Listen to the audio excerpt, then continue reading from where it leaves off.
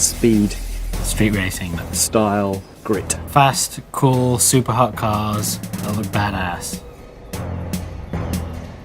I think Need for Speed for me is all about the fantasy of like taking a very simple car that I could go out and buy and just like through sheer like force of racing and practice and good mechanical skills, building it into something that's like a supercar and I can like, you know, tear down the streets. I think it's everyone's fantasy is to like take an average car and make it something, you know, awesome. Well, Fire Monkeys has been in mobile for 14 years, but more importantly, out of those 14 years, 8 years we've been spending like honing our craft, doing racing games. One of the key things we wanted to capture was the idea of, you know, really your rules, your racing, you know, really let the player own the car and modify it visually, modify the parts in it, really build it up.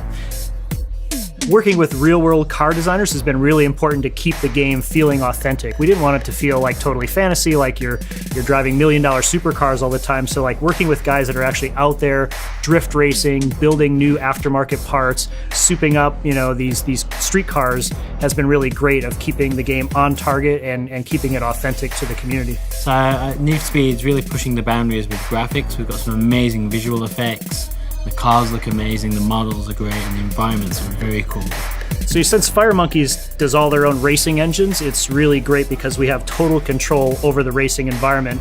The rendering techniques that we're using in this game allow us to do things that we'd never been able to do on a mobile platform before. So we're generating real-time weather effects where you can see rainfall, but then you can see it bouncing off the streets.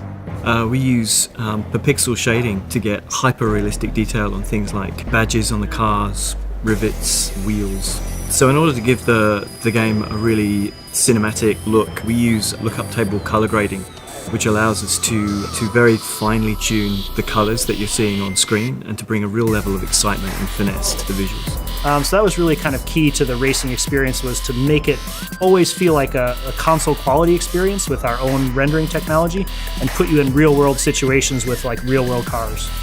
I'd like people to experience the journey of getting their first car and then developing that car, to take it from a low-level car to a super powerful car that they can beat their friends with and become the #1 driver on Need for Speed.